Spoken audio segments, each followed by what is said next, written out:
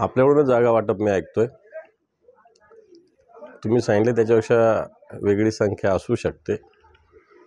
बोलणी चालू आहे, लवकरच निर्णय होणार आहे.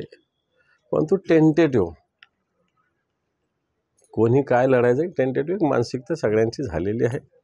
तर मला असं वाटतं कोण कुठं मोठा भाऊ कोण कुठं छोटा भाऊ हे करण्यापेक्षा या महाराष्ट्रात आत्ताच्या घडीला भारतीय जनता पार्टीला आणि जे गद्दार आमच्यातून गेलेले ते राष्ट्रवादीचे गद्दार या सगळ्यांना एकत्रित अशा पद्धतीनं राजकारणासाठी एकत्र होत असताना यांना पराभूत करणं हे आमचं मला असं वाटतं फर्स्ट उद्दिष्ट आहे. आणि त्यासाठी आम्ही सगळे मिळून 48च्या 48 जागा जिंकण्यासाठी प्रयत्न करू अशा प्रकारचा आमचा सगळ्यांचा संकल्प आहे. की आमचा बॉस सागर बंगल्यावर बसलेला आहे, पोलीस आमचं काही वाकडं करू शकत नाही म्हणून विधान केलं होतं.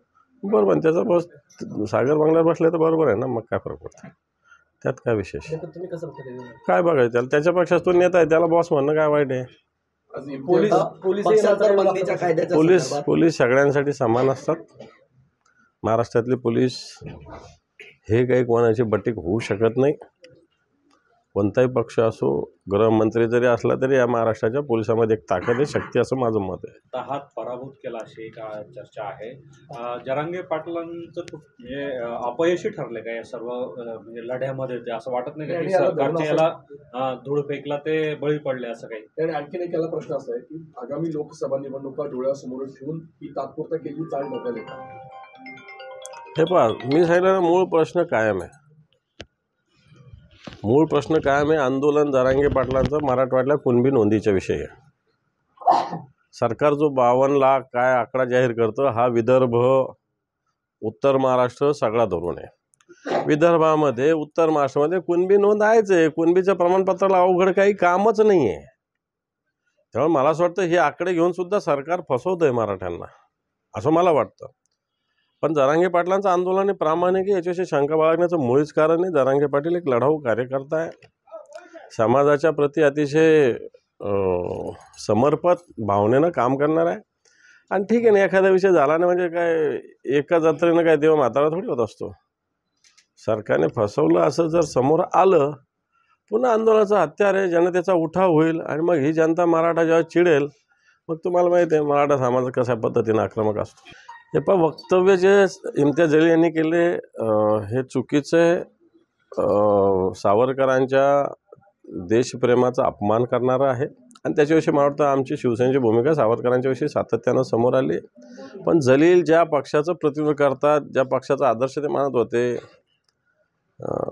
कासिम रजवी नावाचा जो एक निजामाचा प्रमुख होता, याला कसं मराठवाड्यात पळवून लावलं होतं. यांनी हा तर खरंच पळून गेला होता कासिम रजवी, मराठवाड्यातल्या जनतेनं पळवून लावलेलं. आणि हाच कासिम रजवी अनेक लोकांचा जीव घेऊन नंतर पाकिस्तानात पळून गेला, इथं नाही थांबला. सावरकरांनी तर इथंच देह ठेवलेला आहे. आपण सावरकरांचा वारंवार हा अपमान करणं हे चुकीचं आहे. परंतु याच्यातून सावरकरांना कुठेही मला वाटतं त्यांचा जो पराक्रम आहे, त्यांचं ते देशप्रेमाविषयी, राष्ट्रवादाविषयी त्यांची जी भूमिका ही कुठे कमी होत नाही. औचित्य काय आहे आणि कसा दौरा आहे? एक जनाधिकार, तुमच्या हक्काचा जनता दरबार ही एक संकल्पना घेऊन हा दौरा महाराष्ट्रात माझा होतोय. बऱ्याच जिल्ह्यात जाऊन आलो मी, आज धुळ्यामध्ये आलेलो आहे. सरकारने शासन आपल्या दारी नावाचा उपक्रम राबवला. आता याला उपक्रम म्हणायचं की शासकीय यंत्रणेचा दुरुपयोग म्हणायचं.